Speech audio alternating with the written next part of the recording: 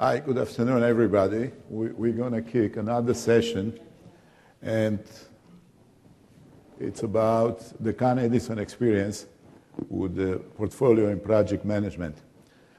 It is a particular pleasure for me to introduce Frank. I happen to know Frank for, I would say, over 10 years. We did work with Frank before Con Edison at Keyspan. That's another utility company. So Frank obviously spent the last, I would say, 30 years, so give or take, in the utility industry. So is anybody here from the utility industry? Okay, great. So he's one person that's seen different versions and different implementations from the first version to these versions that we have today. Frank was the CIO of Keyspan, and he was there the CIO till Keyspan was acquired by the National Grid. And right now at Con Edison, he's the director, but many things that he does, and we talk quite often, he is, in many ways, as a CIO and CFO in one package with also enough PMO capabilities. So without further introduction, I'm going to hand it over to Frank, and thank you. Thank you very much, Mike. I'm very excited to be here. I hope to make this as interactive as possible. I've been to a number of sessions so far today, and so I know how it feels to be in the audience. I want to try to make it as engaging as possible. And I've been listening to a lot of the questions, and I'm hoping to answer a lot of those questions. So feel free to raise your hand as we go, and since we don't have such a large crowd, I can probably make it a little bit more personal as well. So I wanted to share my experience in terms of establishing a governance framework.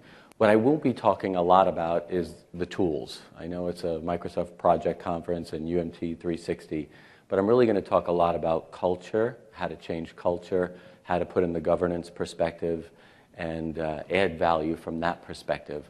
Building a credible PMO that came out of a discussion that was just had with Donna from Gartner. I'll share my experiences with that. Establishing baseline metrics and demonstrating value as you move forward, and gaining financial insight into a $2 billion portfolio. So hopefully that will resonate with all of you guys. So Con Edison is a utility in Manhattan. It's got an awesome accountability. It runs electricity for New York City, and I was there during Hurricane Sandy when half of Manhattan went out, so never did it feel more important to work for Con Edison. And I was in the part of Manhattan where there was no electricity, so that was not fun. I literally took a cab like 30 blocks to the nearest Starbucks after like 5 days because I was dying for a Starbucks. And when I joined Con Edison about 5 years ago, the landscape was, we're regulated by the Public Service Commission, and they want to make sure that we're keeping our costs low. We can't keep always going and raising our rates. So the landscape is you got to keep the costs low, stabilize our rates, maximize our investments, and also develop a better relationship with the governors, the Public Service Commission, and also the politicians, because when the lights go out, it makes the newspaper. So that was the corporate landscape. As Mike mentioned, I was at Keyspan Energy for 22 years. My background is a programmer. I studied COBOL and PL1 and Pascal back in the day, so I'm totally aging myself now. So I spent my entire career at Keyspan in IT, ultimately as the CIO, and we implemented a lot of the stuff that I'm doing at Con Ed over at Keyspan as well. And then recently, the past 5 years, at Con Edison, and they had a CIO, so they didn't have an open slot for me, but they brought me in knowing that I did a lot of this governance work and capital work for Keyspan, and they wanted to replicate that. So that's why I went to Con Edison, and I find myself in finance now, which I never thought I would be in finance, but it's actually all working together, so it's kind of cool. I always find pretty basic questions need to be answered when I was at Keyspan and also Con Ed. How many of you know how much you're spending in total on projects or programs in your company? How many of you actually have your hands on that figure? So a few of you. So that's good. I find most don't. You know, it's very hard to get a list of the current capital projects or O&M projects in flight. Who's accountable for them? Who are the project managers? When are they due? So just finding the answers to the high-level questions. What are the projects? Are the investments in line with our corporate strategy? I remember the day I became CIO of Keyspan, the COO called me into his office and said, you know, we're spending too much money in IT, and I want you to prove to me that IT is aligned with the corporate strategy.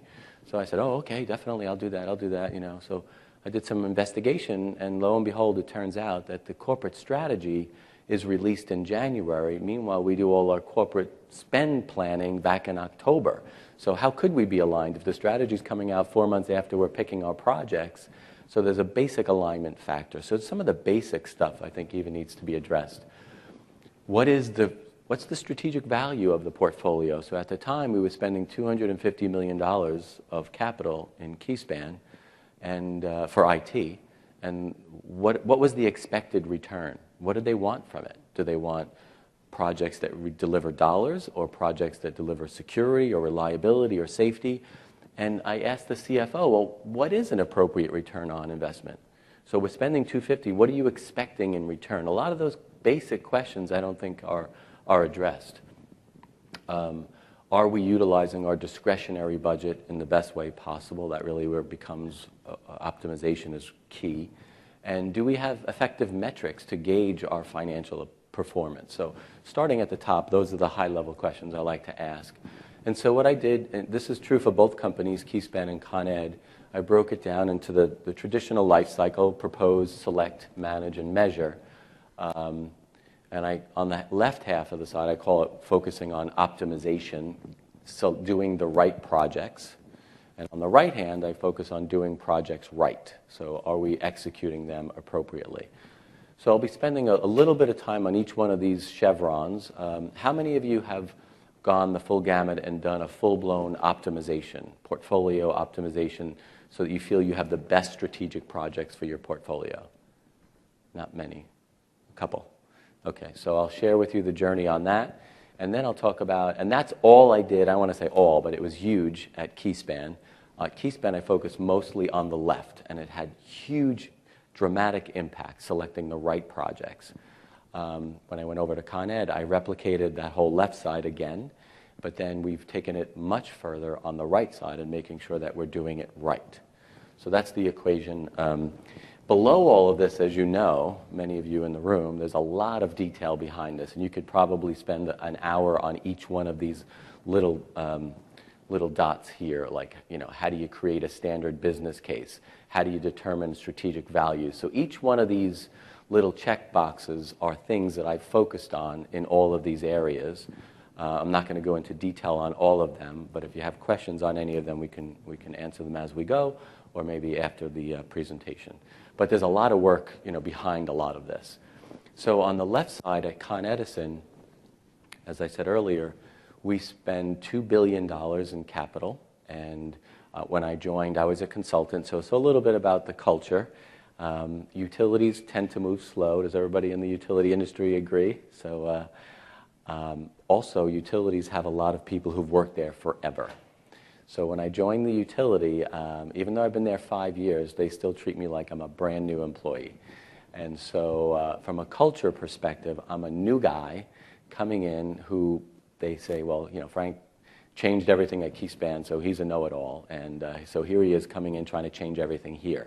So I had to sort of live that down and just sort of slowly but surely move in from a culture perspective and change that perspective.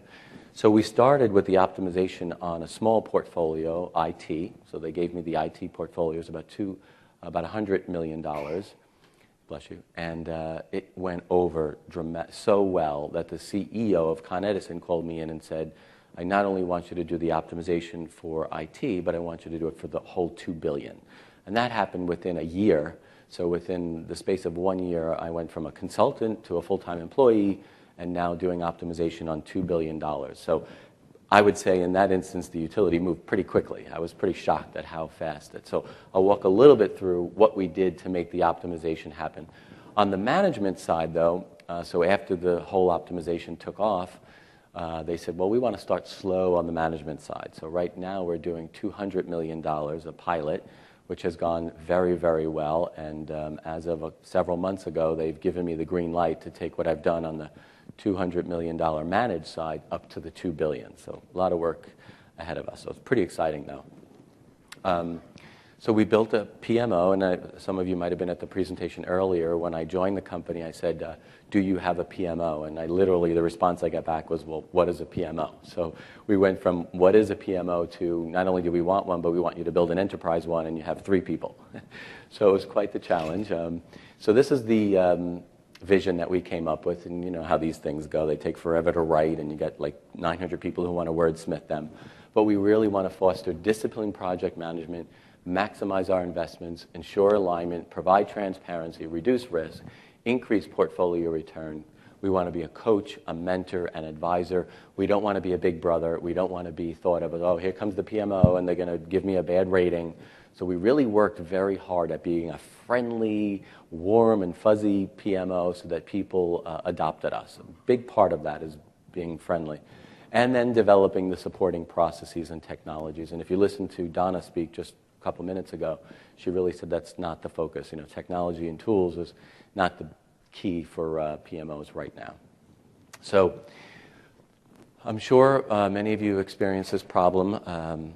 Both at Keyspan and at Con Edison, I remember watching the selection process. So how do you select your capital project, or any project for that matter?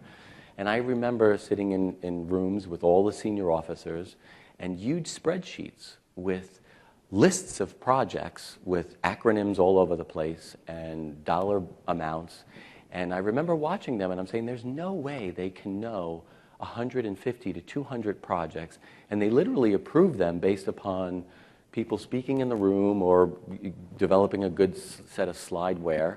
And that's how projects got selected. And I was shocked by that, at how it worked. And I saw that happen in 2 Fortune 500 companies. So what I found most of all is that there's no standard mechanism for collecting a business case. Some people use PowerPoint, some people use Word, some people use Excel, some people use a napkin.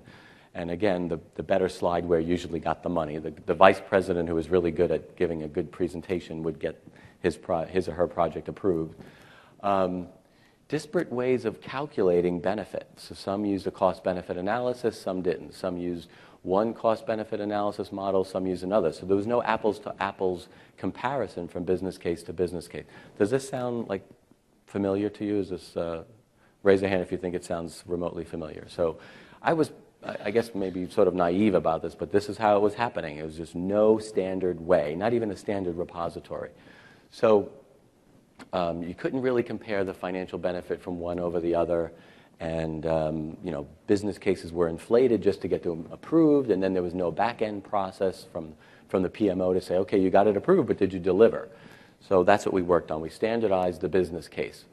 And I would say one big component of standardizing your business case is we created what I call a strategic value currency, right? So we figured out a way in which we can create a strategic value rating for every single project that comes to the table. So as I said earlier, every single capital project that comes through at Con Edison now goes through this process, no exception ever.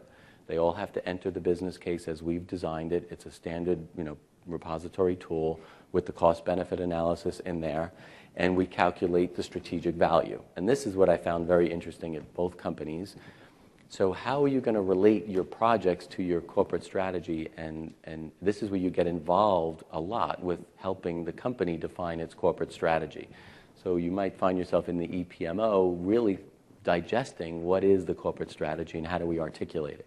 So in both companies, I spent a lot of time taking the corporate strategy documents, sometimes PowerPoint, sometimes Word, sometimes the website, vision statements, and distilling it into what I call drivers. So there 7 steps in this process. There's a committee structure involved. I created in both companies a senior officer committee and a vice president level committee. And the senior level committee is there to define what is your corporate strategy and what's the priority of that corporate strategy. So in Keyspan, we had 10 corporate drivers. In Con Ed, we happen to have 11.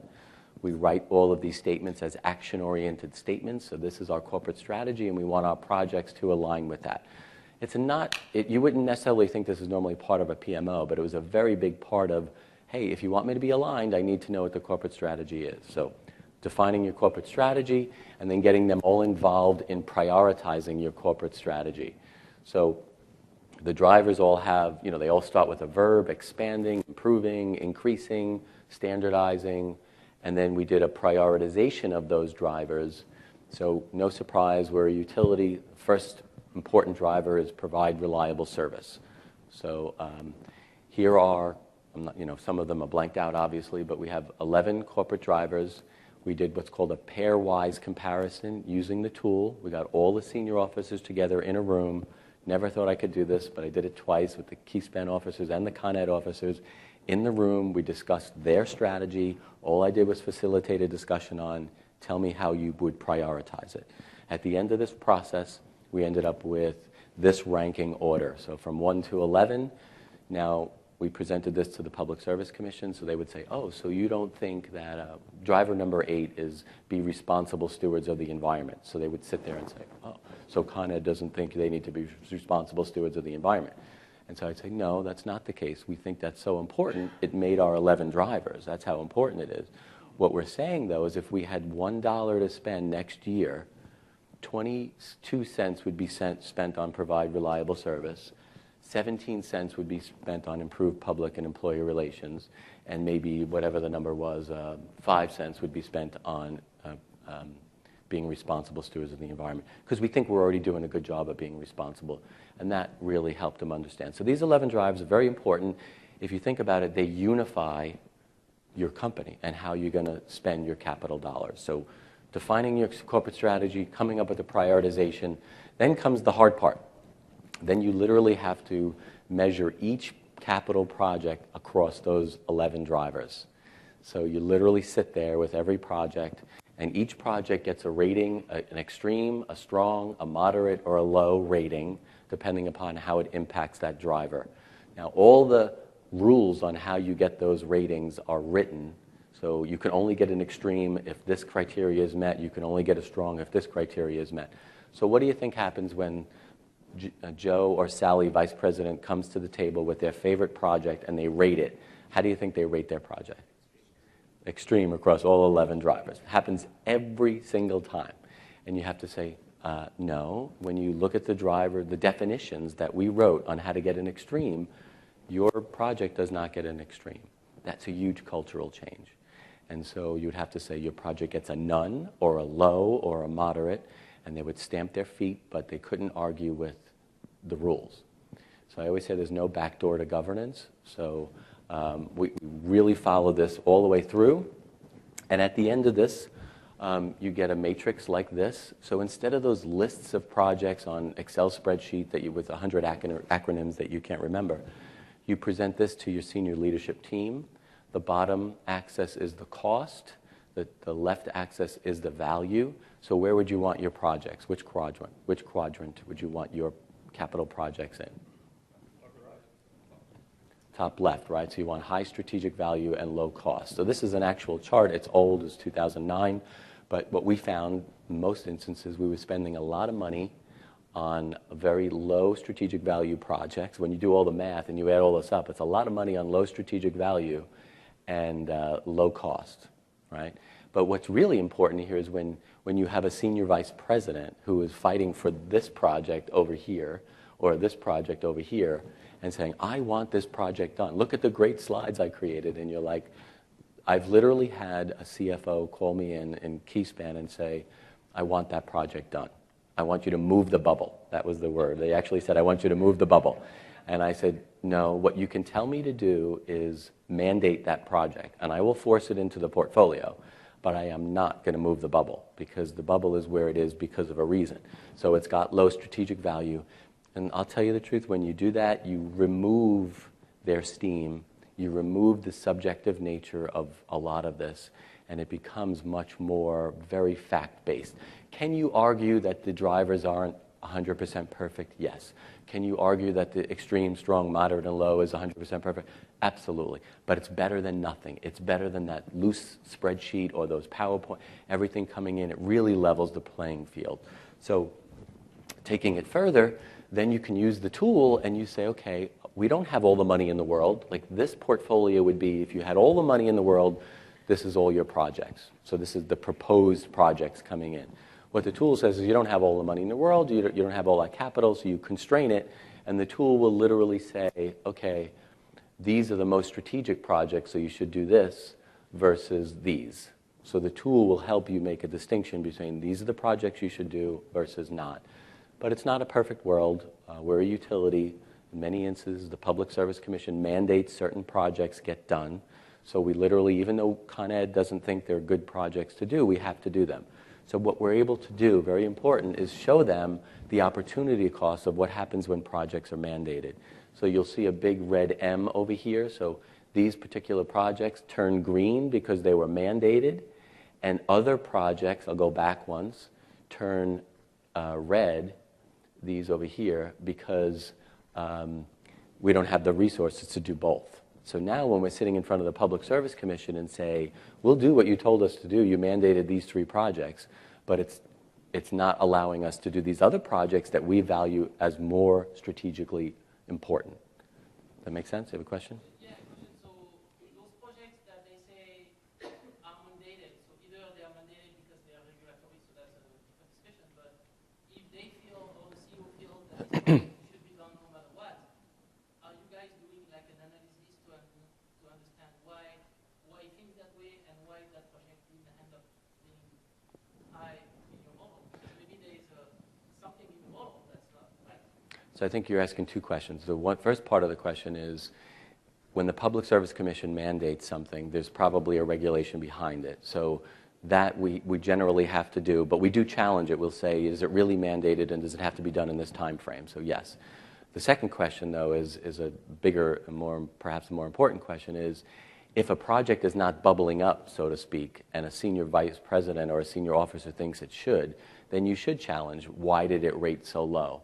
But I'll tell you, in the twice that I've implemented this, it has never been a case where the mechanism or the process failed. It was typically that the project was elevated unnecessarily so in the officer's mind. So we do challenge that, but it's never proven the other way around.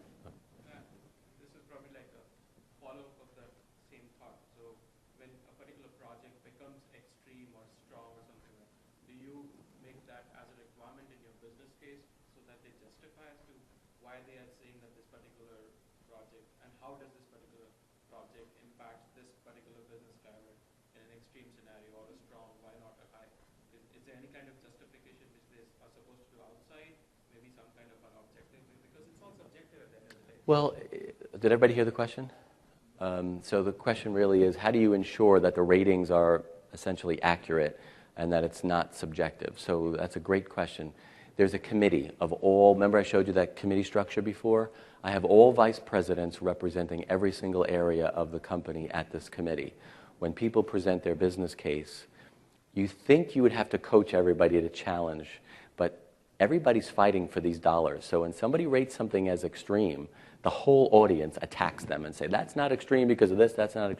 So trust me, it levelizes itself. People are fighting for these dollars, so people do not allow people to put an extreme or a strong without substantiating it. So they become the governance body themselves, so it doesn't sneak in there. So the governance body meets on a regular basis? Once a month. Okay, so they initially, they meet, come up with the drivers and the different values it gives to it, and then meet on a regular basis to justify so that...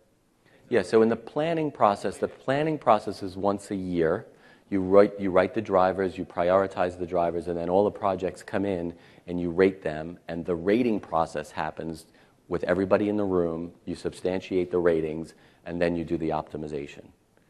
So you hit on that a little bit, and we did this for the first time this year, campus-wide, and it was a great victory in my view, even though we're still very immature. So mechanically, how did you do the ratings? Did you have the people who submitted the project initially rated, and then the governance board review that rating? Yeah, so mechanically the way we do is all the sponsors of each individual business case does the initial rating, and then the committee reviews it, and my group, which is sort of the EPMO group, is the outside. I once used the word disinterested party and I got yelled at, so I can't use the word disinterested, but objective party that looks at How did the sponsor rate it? What did the committee say? And are we being consistent from project to project? So that's the governance associated with that. I'm for a financial company, and we are pretty highly regulated as well. Over the past couple years, we found that the amount of money we're spending on regulated projects is creeping up. Right. Have you had that conversation with your regulators to say, can we do this later? What happens? Yeah, so the question is, sometimes the number of regulated projects and the amount of dollars that the regulated projects consumes can cannibalize your other. So absolutely, this tool, both at Keyspan and Con Edison, I personally met with the Public Service Commission and shared them this process. And first of all, they were very skeptical. They were like, and then by the end of the conversation, they were like, why isn't every utility doing this? And we're going to mandate them to do this. So I'm like, I just got everybody else in trouble now. But we literally went from a witch hunt to, because Con Ed in the beginning did not have such a great relationship with the Public Service Commission, to now we're learning from you so that we can ask others to do it. So it really is a good method. And then one other point I'll make is some executives from the utility that had the San Bruno incident where there's explosions in the gas world, they came over and they were asking what we do about governance. And they didn't necessarily have a process that they could point to. So you might argue that the process isn't 100%, but the fact that we have a process that tells us which projects we should do and why, and we substantiate them, is, you can hold that up in court, and, it really adds a lot of value. I'll take one more question, and then I'll move on, and then I can promise you I'll take more questions at the end. So the question is, do we do any risk analysis? And yes, one of the drivers is all about risk. Are you talking about risk of execution of the project, or the risk of not doing the project, or the risk of not doing the project?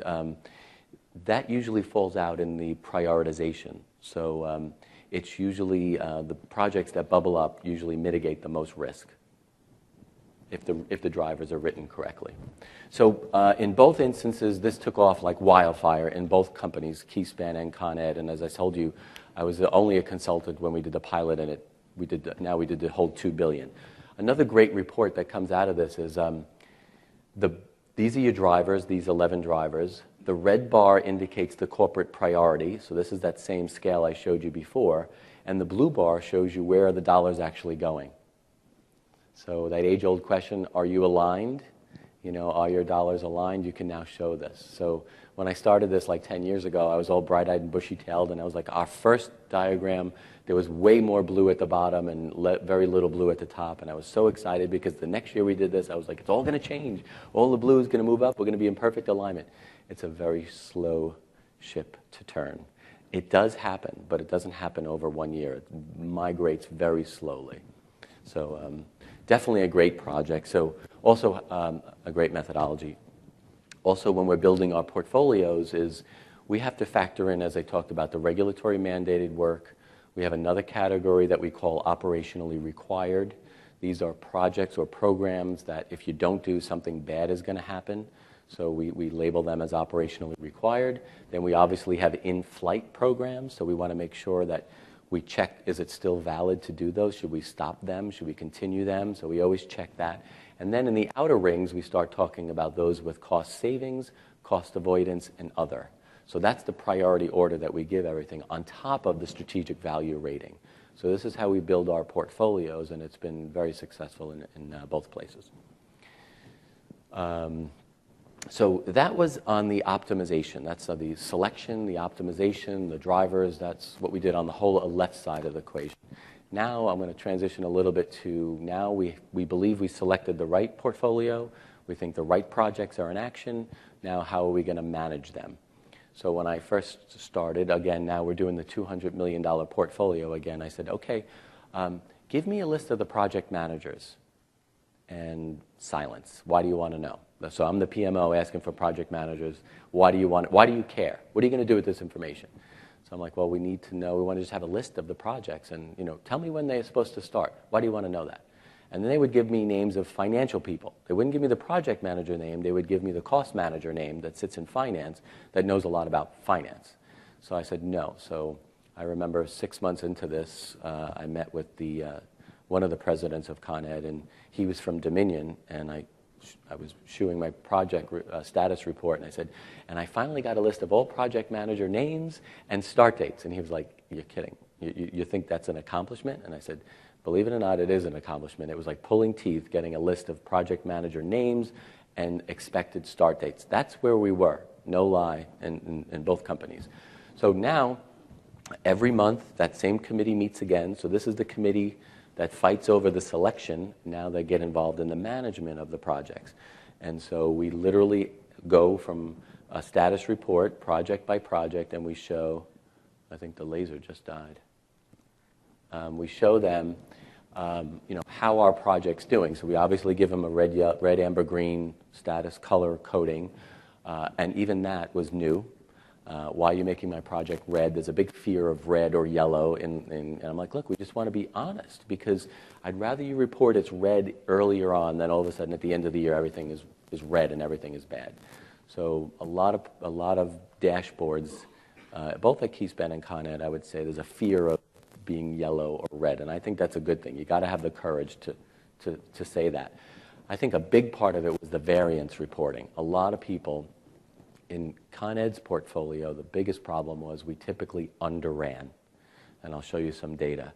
We fight really hard with the Public Service Commission to get the money that we believe we absolutely need. But then at the end of the year, we don't spend it all. So I believe we lost all credibility year after year. So what happens? People project. No joke, the first time we sent out a spreadsheet and we asked all of the newly named project managers, tell us what your expected spend for the end of the year is. Most of them went into the Excel spreadsheet and took the total budget minus the total amount spent and said, that's our expected spend. And I'm like, we could have done that. We could have created the formula. That's not what I'm looking for. I want you to really think about this project and tell me what you think you're going to spend over the next quarter. So total change. And then we were talking to one project manager and we said, trying to figure out when is this project done. It was a perennial project. Didn't seem like it was ever going to end. So like, when is this done? Tell us about your scope. What's the delivery? And finally they said, it's done when we run out of money. So it was a dramatic culture change. I mean, people just changing Excel spreadsheets to say, total value minus this is your budget. So getting people to be honest about what their variance is. And in January, February, March, they're projected to spend this and they spend none of it. So why do you think you can hold on to that for the rest of the year? Huge culture change. So this is how the PMO, this was I think your question earlier, how does the PMO slowly start to add value and demonstrate? So here's the portfolio that we're running. I guess the laser is back. The purple line is, this was in September. The purple line is how much we were actually spending for the year. So that's actual. The gray line is our 2-year history. So the PMO plotted how much have we spent in this portfolio space for the past 2 years. So what's the first thing you notice? The gray line and the purple line are almost identical, right? So then we said, what's your projection? Tell us what your projection are. The projections are the blue line. What do you notice? Projections are dramatically higher than our current run rate. And so we said, it doesn't seem likely, and also the past 5 years, we've dramatically underspent the portfolio. So we're saying your projections are high, doesn't match what we spent for the last 2 years, and we've underrun this portfolio for 5 years in a row. Doesn't seem likely that we're going to spend all this money again. So we really were able to get them to change their projections, be much more honest, and in this particular year, 2013, corporate capital was having an issue. So they were coming to this portfolio and say, can you help us out? So we were able to say, yes, in September, the EPMO, can pretty much stay very comfortably that we're going to probably spend about $173 million in September, I was saying this, even though the budget was $212. So we gave back $20 million in September, even though the projections wouldn't have said so. That make sense? Huge change. And this was the EPMO. It wasn't holding anyone accountable. It was just using data to make a point. So how did we do? This is how the year ended up. We actually spent 179. The corporate history, the 2-year history was 173, so slightly above that. we looked like heroes because we gave 20 million back, and we helped the corporate capital a bit, and we came right in projection. So when I show you some of the results from the prior years, you'll see how dramatic this is and how much value we've added. So this slide, I hope you can read it.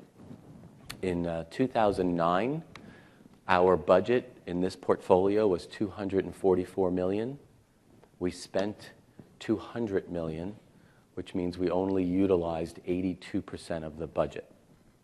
So again, if you're regulated, that doesn't look like a good thing. So if you're regulated and you go back to the Public Service Commission and say, I need another 244, they would say, why? You only spent 200. So again, I joined in 2008. We started doing this in 2009 and 10, started just tracking this. How many of you have this information, budget utilization? Are you able to capture it? How many of you are underrunning? Do you find yourself mostly underrunning more? So by show of hands, who's underrunning? And who tends to overrun? Okay, so less on the overrun, okay. But what I found out is that, first of all, by using this concept of burn rate, even though burn rate is not a linear curve, right? It usually tends to be a bell curve. But by sitting with the project manager and explaining how we look and how finance look at it, right? Look, if you have a project that spans 1.2 million over a year, and you have 9 months have passed and you have spent only $100,000, you're not going to be able to spend the whole money. And you can tell me whatever you want about what's going to happen for the rest of the project. So I think explaining that, but also explaining the consequences, because many of them have no idea really what the consequences are when we underrun. Absolutely. I think people had a sense of entitlement. Once you get the budget, it's theirs. Don't ask any questions about it, because don't touch it, it's mine. And if I decide to underrun, it's my problem. It's not. You're holding the corporate money hostage, and you need to give it back up early. And I'm going to talk a little bit about the dynamic reallocation process that we put in play to really make, and that's where the PMO really added a tremendous value, is when you have a project manager projecting that they're going to spend it all and they've completely underrun and they have no credibility from the past about ramping up, you can say to them, well, we're going to automatically sweep that money away from you because you haven't demonstrated to us. So the PMO has a little bit of teeth, and we move it to other projects. But I'll get into that in a minute. Did you have a question? Yeah, I was going to say, we had similar problems in our company, Penalty Based in Canada. We tried to fix that oversubscribing portfolio. So you have X number of dollars, you're all liars, I know you're liars, 10%, 50% underspend overall. So we're going to oversubscribe that 50%. And we did hit our portfolio target, and the culture changed to lower size. We're still working with them to get that. Yeah. Everybody hear that? So oversubscribe the portfolio, so say that maybe you have more money so that you... We thought about doing that, but we said that's probably a bad practice to get into, like overfunding. We really wanted to change the culture and hold our project managers accountable. So by holding them, by sharing metrics and making them public, you create a little bit of the ick factor. You don't want to be the project manager who screwed up that portfolio. So.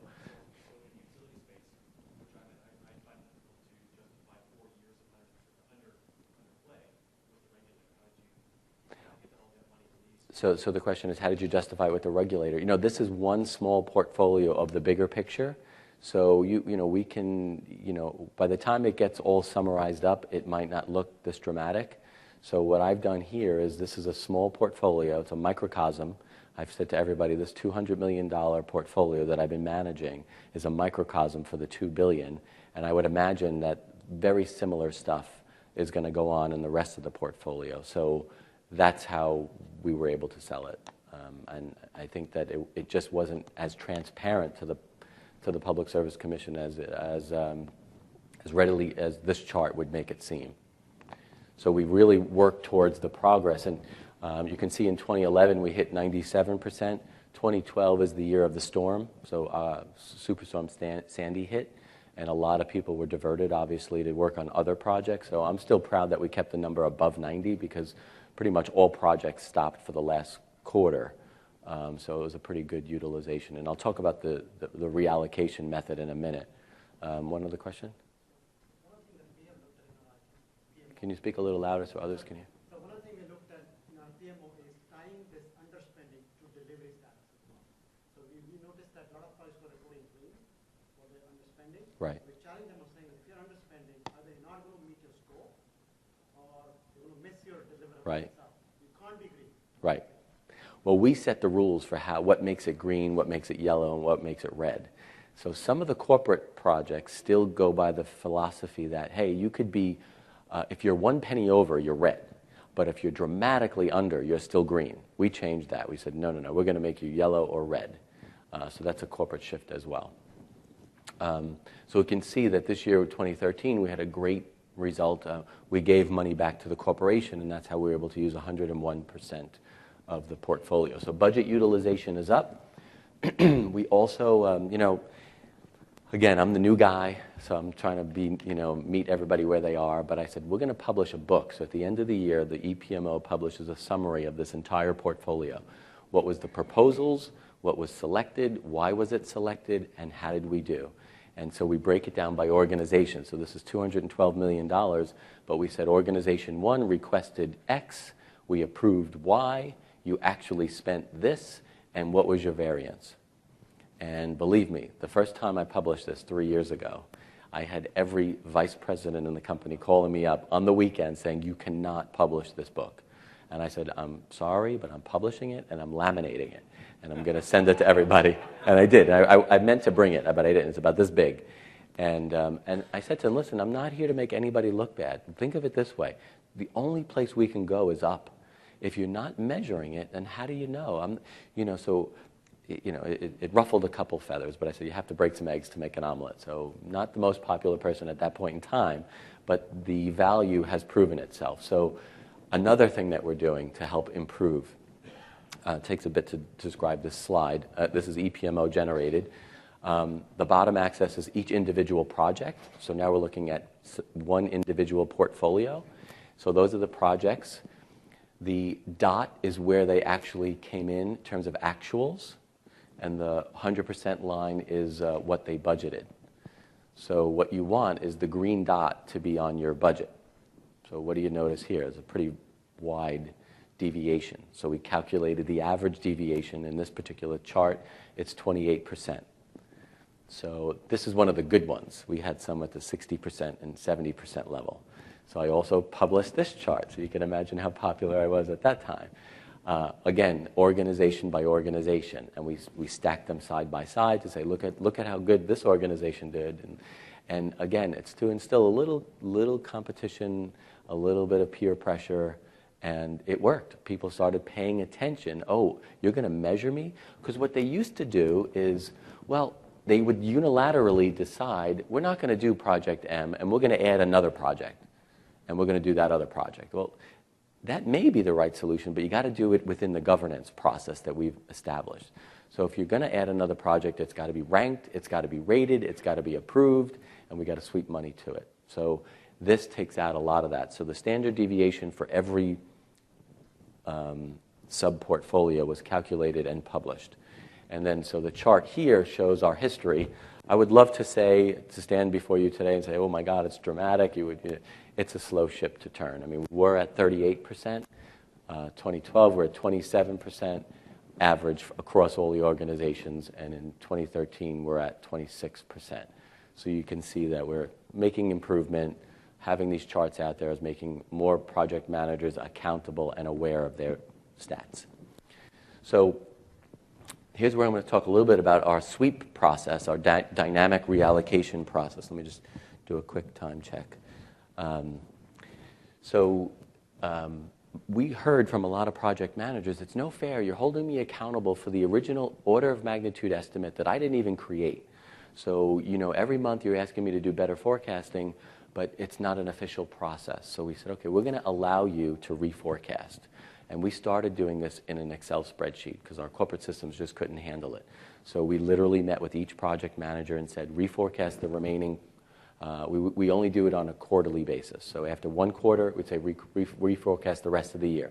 Second quarter, reforecast. So we gave them the ability to say, okay, you should get better quarter after quarter after quarter. And that really helped a lot. So I'm going to pick up the pace a little bit. So this is a full year of the sweep process. Essentially, we started the quarter with $188 million at the end of the first quarter. we got project managers to release $17 million. So that's dramatic for Con Edison to release that money so early in the portfolio. I reported that as good news and bad news. I think it's good news that we released so much money and project managers are feeling comfortable. Bad news is, why is there so much swing from we just did the optimization, and how is it so much swing already in one quarter? But at least money is moving. We approved $8.2 million worth of new projects in the first quarter. So because money was released, we said, hey, we have it. What are the projects waiting in the wings? We went through the same optimization process, ranking, rating, approved it. And then we had some project managers that said, you know what, I need more money. And we said, okay, that's fair. You know, things change, the scope changed maybe. We're going to give you more money. So again, a PMO that's friendly, we're not just going to take money away, but we're going to give you money back when you can prove to us it makes sense. So we actually started the quarter with 188. We finished with a surplus. So now we actually had, first time in history that I've been managing this portfolio where we had money waiting for a good project to come. And you know, for a quarter, we had that surplus. Then we started the year with the same balance. So when it, you know, you take that away from there, so we're starting 186. We got another 8 million released, 3 million funded, 2 million redirected, a bigger surplus in quarter two. Long story short, at the end of the year, we got $35 million released, $17.5 million reinvested, and $15 million redirected. Dramatic, huge. So what we said to everybody is, if we didn't have this dynamic reallocation process, you know, we would have never got those 23 new projects funded, and that $17 million would have been an underrun. It would have just been held on to the various project managers, and it would have not gone utilized. And I'm very careful to say, look, we're not here to just spend the money because we have it. Every project has to go through that business case, the ranking, the rating, the validation, and if it meets the muster. And let me tell you, this committee is very hard on each other. So a new project pops up in the middle of the year, it has to be tested. And they're like, no, no, no, it's not approved, not approved. Most of them are rejected. So very few are selected. One question in the back? This is great. Thank you. But I worry about things that it's almost philosophical.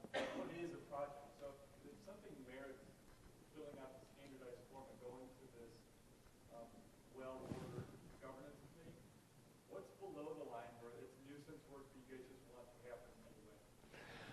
You know, the committee, at first we were like, we're going to draw the line at 50,000. Believe it or not, we're going to go that low. We do it almost for, we never wrote the rule, but I think it's about 100,000 or greater. We put it through this process. We don't spend a lot of time debating the ratings when it's a project that's 60,000, 70,000. We're like, look, it's 70,000.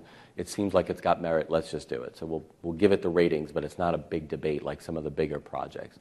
I would say do it. Because the moment you have that back door, people are going to use it. No back door to governance. That was going to be my follow-up question. When that happens, did you get an explosion of 49,999? No, they really did not. Okay. There was one other question? Is your process annual, or you bring the committee together on a quarterly basis? The committee meets on a monthly basis to review the, you know, each project over, under type thing and the ratings. The sweep process happens on a quarterly basis.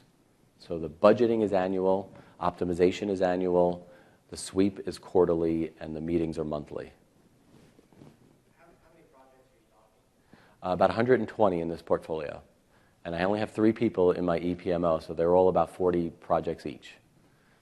So let me just move on a little bit, and then we'll try to take as many questions. So the process is, we have the annual planning process, the optimization process up at the top.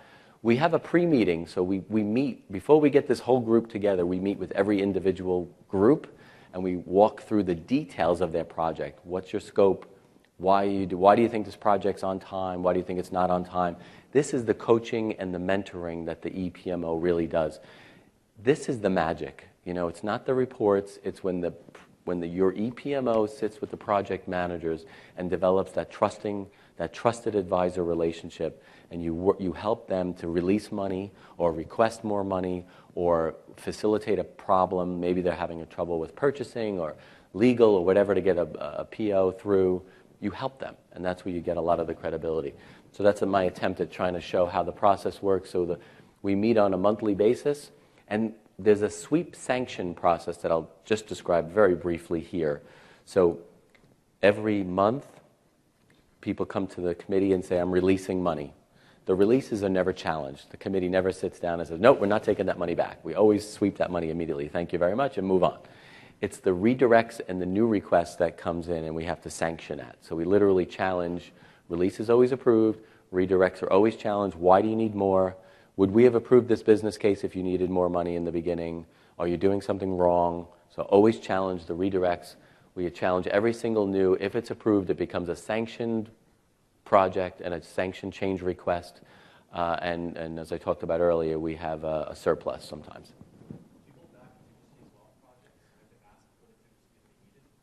Do we hold back contingency? So that was another thing that I didn't put on any of these slides, but what we found is most project managers, there was no standard mechanism for contingency. We had some automatically factoring 0% and some automatically factoring 40%. So the EPMO created a methodology and says, here's your contingency calculator, and it's basically degree of scope, degree of how many times you've done that. You know how to do that. We give it a scoring, and it comes up with a calculation for contingency, and as the sweeps go on, we say, look, it's quarter number 2. You've used 0% of your contingency. We're going to auto-sweep some of this. You just don't have a say anymore. And they trust it now. In the beginning, it was like pulling teeth. Now they sort of trust us. Sure. So it's not like once a quarter you have them replan, basically. Reforecast, yes. So that's when they would release money as once a quarter. Well, we accept releases every month. Do you have people come in and release money? Absolutely. Okay. And so every month you're starting new projects based on your availability? Well, we do, it's a little nuanced, but we take releases every month because we don't want people to feel like they can't give us money back. And we sanction once a quarter. So we sanction whenever they reforecast. What if the release is in the form of people's time that are already on staff? We let them handle, like if they're releasing resources that whole, then they're going to shift to O&M cost. We let them handle that. We don't challenge that. No, my whole philosophy is if we have a surplus, if we're running the year with a surplus, then how much can we really substantiate the need for that amount of portfolio? So I'm almost at the point where suggesting, I think this is where you were going, is we might not need this much money in this portfolio. We've never demonstrated the ability to execute to the size of our appetite. So it's heresy. But I believe we should go back and say, we just don't need it, or shift it to some place that, I'm not saying Con Ed can't use the money, but we can use it elsewhere much more strategically if we can't deliver it here. So that's why the fact that we're now taking this process to the whole $2 billion, we're going to be allowed to sweep this money, to different areas of the company as opposed to just within this one portfolio. I think I'm getting close to the end, but I wanted to show you some of the new stuff. So we're also, the EPMO is tracking, well, where is this money going? So we're doing this sweep now. We're moving money around every quarter. Who's getting the money? So we're showing all the organizations of who is getting the most money, who's benefiting the most by the projects approved each quarter. And this has gone well because typically some of the smaller organizations never got funded for the projects that they wanted. So we're showing them year over the year that they're getting value for the sweep process. So you got to show them how you're adding value. Who is redirecting the most? So the PMO, and we haven't gotten to this point yet, but we want to say, why are you asking for so much more money? Maybe you have a problem in your original estimates. So we're trying to get to the root cause of why are you the major culprit in the asking for more money? And then the releases. So who's releasing the most and why? And then I think the last point I want to make is, we're doing a lot of these releases, so we're tracking by organization who's releasing.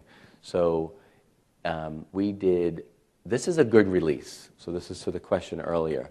We tracked that almost $19 million were permanent releases, meaning that they're not going to be spilled into the next year, that the scope was changed, contingency was released. So you want to encourage this kind of release because you're not pushing spend. I always say shift happens. So you're not shifting the spend. You're actually, this is a good savings, and you can redirect this money. You can redirect this money to new projects. This is the bad kind. This is when you're deferring it because you can't get to it, you don't have the right resources, something happened, scope changed. So now we're saying, okay, we're rewarding people for doing the permanent releases, but we're saying why. Now, I told you earlier we gave $20 million back to the corporation, so that's really only 37 million of the 57 is the bad kind. And so now the EPMO is trying to dig into why are we slipping into the next year? Why is that happening, and is that a recurring pattern? So lastly, my last point is what I'm focused on now is what I call churn, right? So I told you we spent a lot of time on this optimization. I'm really proud of it. It worked great in 2 different companies. So we got all this input. We're doing strategic value. We're doing risk reduction on the left side. We got this great prioritization thing. Then the year happens, and we manage the year. And what we're finding is a lot of give back. We're giving money back every quarter. We're churning everything, new projects coming in. And I'm trying to calculate, well, how much of the original portfolio was actually executed? And so we're working on a factor. We're working with UMT 360 on that. So this is what we've come up with so far. I'm not going to drain it because it's kind of complicated. But basically, we take our original portfolio for this particular year was 188 million. That was what we optimized. We had a lot of givebacks and underruns. So in total, we underran that particular year by $51 million, or 27%. Right? We approved $15 million of increases or redirects, no overruns, because that never happens at Con Edison. And we approved $17 million worth of new projects. So on the bottom, I'll show you that the actual portfolio that year, we spent $170 million of the 188. And I would say 73% of the original portfolio was spent, 27% churned. I don't have a stat to say is that a good number or a bad number. It doesn't feel good, when we're releasing all that money quarter by quarter. So we're starting to trend that. This was the first year. We're calculating it right now for 2013 to see what our churn factor is, and we're going to see if we can improve it over time. I don't ever expect that what you optimize is going to be executed to the letter, but I expect it to be a little closer than this. So that's what we're working on now. And so I think my final slide is where we were. Difficult to find a roster of all the in-flight projects. Hard to track down the project managers. No formal estimating. Limited project status reporting. No reallocation project. We also created a project management society. So Con Ed does a ton of projects. All we do is $2 billion worth of capital. I think my mic just, there we go. Capital spend. So we put a project management society together. Everybody who wants to join. We now have over 700 members since when we started 3 years ago. So it's people. We built a website to say, hey, this is best practice. This is a great book. This is a great resource, a great template. Don't reinvent the wheel. So we did that. I talked about all the portfolio analytics. And one of the stats today, I think it was the Gartner presentation where they said, about 46% of projects don't add value. I don't know what our number is, but I know that we're getting better. And the woman who I ultimately reported to said, it may be very hard to measure the value of each one of the things that you've done, but it's definitely having that ripple effect. And you're definitely adding that value. And so lastly, my next step is to replicate what I've done on the $200 million portfolio, on the $2 billion side. So as I mentioned, this year was a huge success for this portfolio. The rest of the portfolio didn't do as well, and that gave me a burning platform. I've been saying for 2 years we should replicate what I'm doing on the smaller side on the rest of the money because it's a microcosm, and if we're sweeping $27 million worth of stuff on the small portfolio, you could imagine what we could do on the $2 billion. So now that the other portfolios did not do so well, we have a bit of a burning platform, and now they're like, Frank, you should replicate what you're doing. And I'm like, what a great idea. Why didn't I think about it? But I couldn't do it. Like I said, we have three people in our PMO, 2 people doing the optimization. So in total, I have 5 or 6 people, 2 doing the optimization, 3 on the PMO. I can't do the $2 billion without the tools. So you really need the UMT 360 to pull it all together and do all. Before I could do it a lot with the spreadsheets, but now it's just too big. So I'm excited that we finally got the attention. And so that's my spiel for the day. I hope it was helpful. Do you have any more questions? Sir. What about, you walk through the cost thing, you do So the question is, I walked through the cost side of it. Are we doing the resource? Not yet. What I want to also do from the PMO is give them tools to do better resource management and planning.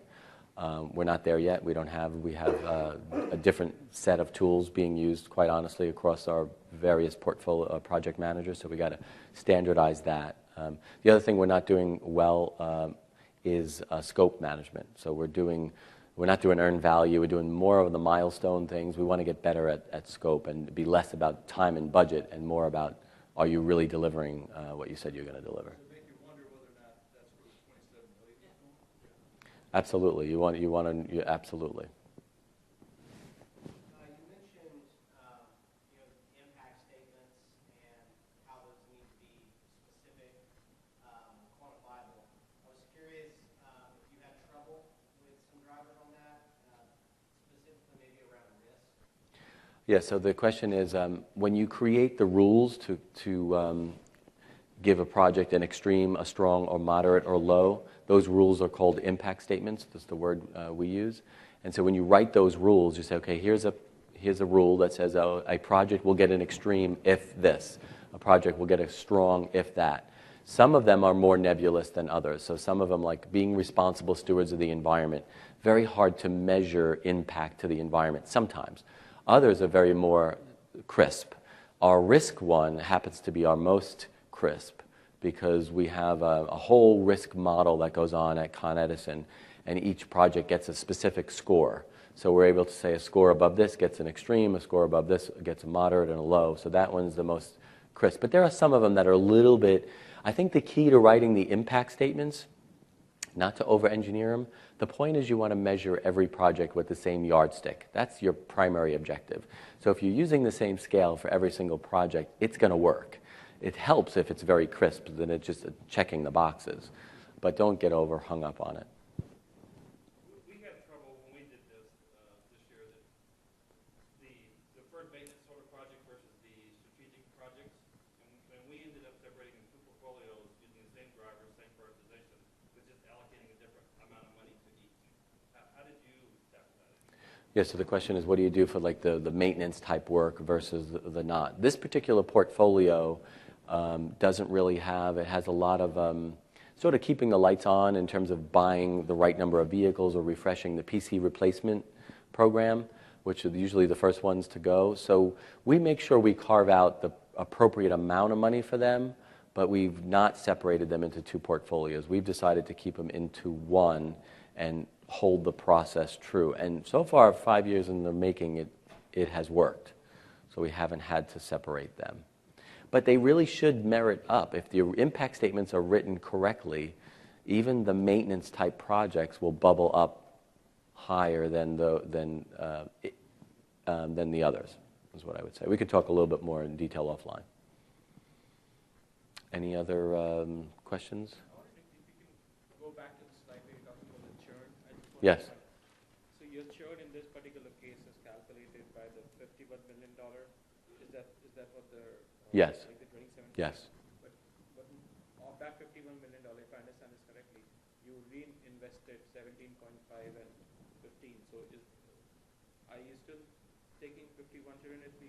Well, again, I'm only calculating churn here. So the churn is that the reinvestment was not originally approved. It's a good thing. I'm still very proud of the reinvestment, and I would never stop it. But we didn't have those investments in a consideration for. They weren't even a proposal when we were doing our optimization phase. So what this stat really says, what did you optimize, what did you select, and what did you execute? So the fact that we spent the money increased our budget utilization and throughput, but we didn't do exactly what we optimized. That's a different one. When you did select projects at the beginning of the process, and they're a single line or red, do you consider those ones new projects when they get funded as part of that portfolio? Yes, so the question is, there are always projects that don't make the cut the first time. So then you do the sweep process, and they would say to me, well, why aren't you bringing those projects back in light? And I'm like, well, you're the sponsor. If you don't find the need to bring those back up, once we have a surplus, I think it's a 50-50 equation. The EPMO keeps track of all the projects that didn't make the cut. But why should the EPMO bring it back and sort of champion these projects that didn't make the cut? If the originating sponsor is not fighting for it when there's a surplus, I'm not going to bring it up because there's got to be a sponsor. Actually, I'm sorry, go ahead, finish. Oh, no, they know the projects that didn't get funded, so they know.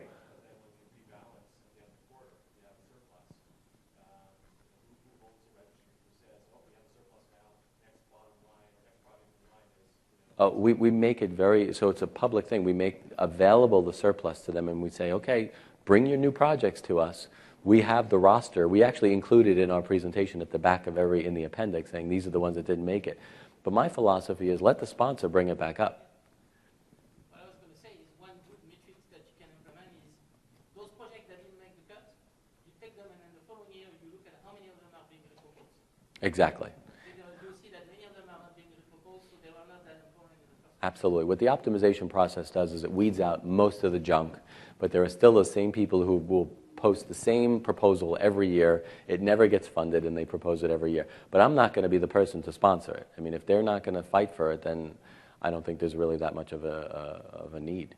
So it seems like from a process perspective, you would probably publish that you have this much amount of surplus, like say end of the quarter, and then you give them some time to come back and like submit their portfolio or like submit their prioritization. So the way the process works is we every quarter we say, okay, we're taking this money back. So releases, thank you very much, accepted. Proposed to us. They know every quarter they can come to us with a new project, and they know that there's surplus. So we say to them, this is the quarterly meeting. This is a sanctioned meeting. Come to us with your new projects. So we advertise it that way.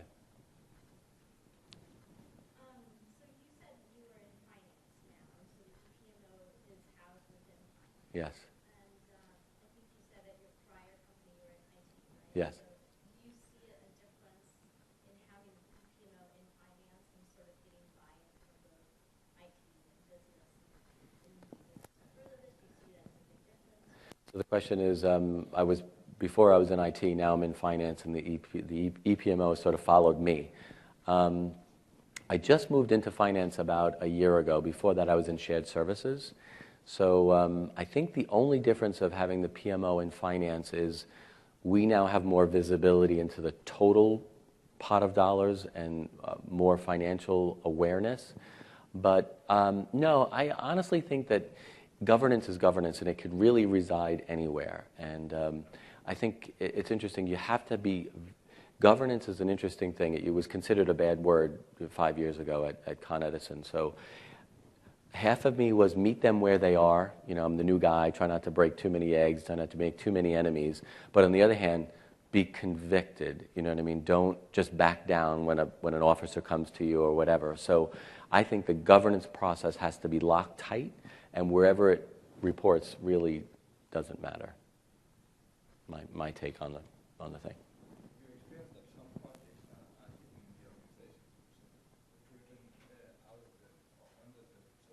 So the question is, do I experience that projects are hidden under the surface? We have ferreted a lot of those out. A lot of them have, what I found that in the beginning was we would do the optimization and share all the results, and then there's the process of entering the projects into the financial system of record. And what they would do is they would just add projects that were never approved, and now they're in the system of record, and we're like, well, how did... the output of optimization is the input into the financial system of record. So in the first year, we had a little bit of that, but now everybody knows no capital project will be considered unless it goes through. The committee is called the Strategic Alignment Committee, which has quickly been named the SAC Committee. So our project has been SACed, so it's an unfortunate acronym, but I can't change it now.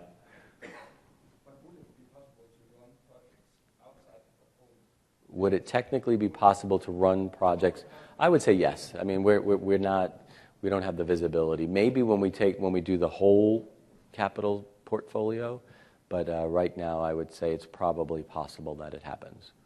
It's sort of a trust. I can't imagine that happening though. I mean, especially in a utility. I mean, everybody wants to do the right thing, so I think it would be rare. In the beginning, yes, but now, no.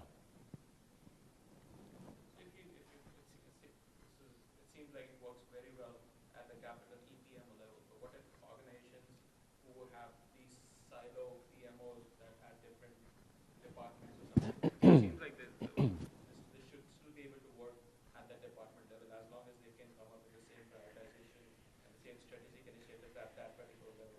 So each of them can have their own prioritization and own budgets and everything. What do you think about that? I think you want to be as centralized and standard as possible. Again, I think the moment you open a back door, then it'll just be used. So I think the more you can standardize, the better. Now, we haven't gone into most of the portfolio that the optimization, absolutely not. The optimization, I would say, it should all be done, one corporate optimization to make sure that the company is really doing what it's supposed to be doing or want to do. And defining the strategy and aligning to it is critical. On the managed side, I also think that you really need to have a consistent set of process. I don't want to control anything. There was a couple points in time where people said, oh, this LaRocca wants to control everything. He wants to say where all the money goes. And I absolutely do not. I have no desire to say whether we should do more work in gas, electric, or steam. I don't want to be in that arena at all. All I want to do is put everything in a transparent way so that the people who run the business can actually make better decisions about the business. So I think it's all about providing transparency, auditability, governance, control. We report to, as I said earlier, the Public Service Commission, the mayor, the governor. And anytime a storm happens, we need to be able to substantiate our rationale for a lot of these things. So I would say consistency is key. Any final questions, thoughts, comments? Well, thank you very much. I appreciate your time. If you have any other questions, come on up.